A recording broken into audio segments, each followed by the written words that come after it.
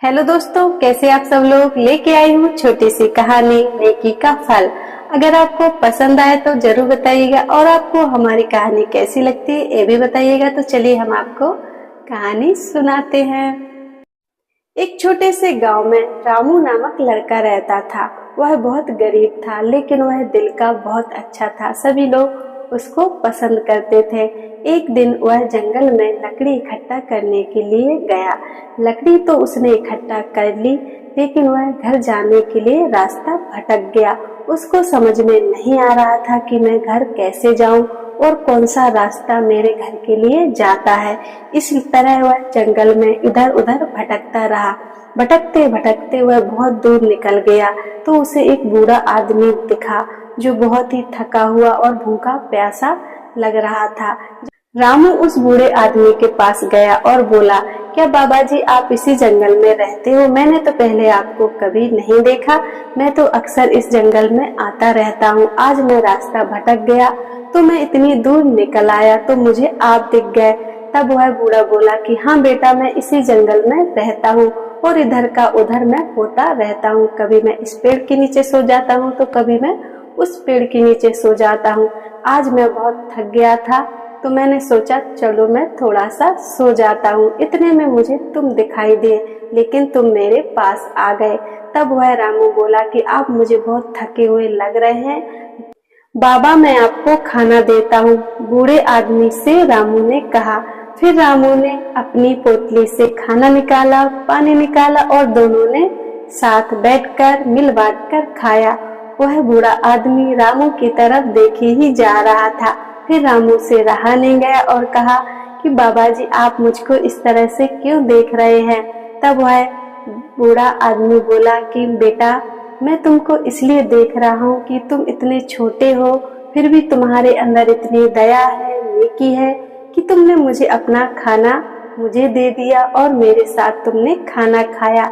मैं तुमको एक चमत्कार दिखाता हूँ। थोड़ी देर बाद वह बूढ़ा आदमी एक जादूगर के रूप में बदल गया। यह देखकर रामू बहुत ही चकित रह गया और वह बोला उस बूढ़े आदमी से कि आप तो जादूगर हैं, आप बूढ़े आदमी से जादूगर बन गए हैं। जादूगर ने रामू से कहा कि मुझे तुम्हारी नेकी और दया ने बहुत ही प्रभावित किया। मुझे ऐसे ही इंसान की तलाश थी जिसके अंदर नेकी हो, दया हो, जो दूसरों का भला करता हो।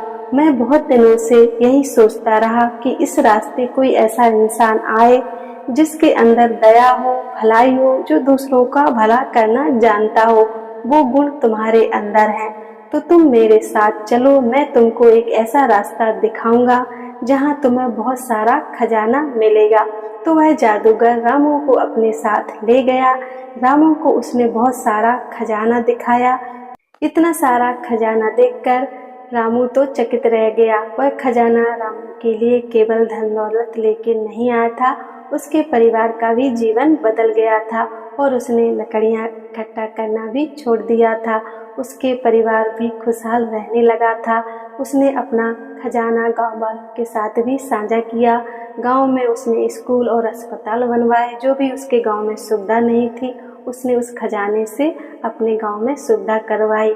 इस नेकी से गांव वाले बहुत ही खुश थे और पूरा गांव उसकी प्रशंसा कर रहा था। रामू की इस कहानी ने पूरे गांव को प्रेरित किया और साझा भी किया। रामू के आसपास के जो भी गांव थे सभी रामू की ही प्रशंसा कर रहे थे। जब उनको पता चला कि फलाने से गांव में देखो कितना अच्छा लड़का, कितना नेक लड़का जिसने इतना सारा खजाना पाके अपने गांव वालों की मदद की।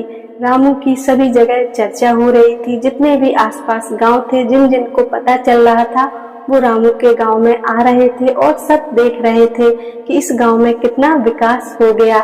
इसलिए कहते हैं कि अगर हम किसी के साथ अच्छा करते हैं तो हमारे पास भी वह अच्छाई चल के जरूर आती है कभी ना कभी।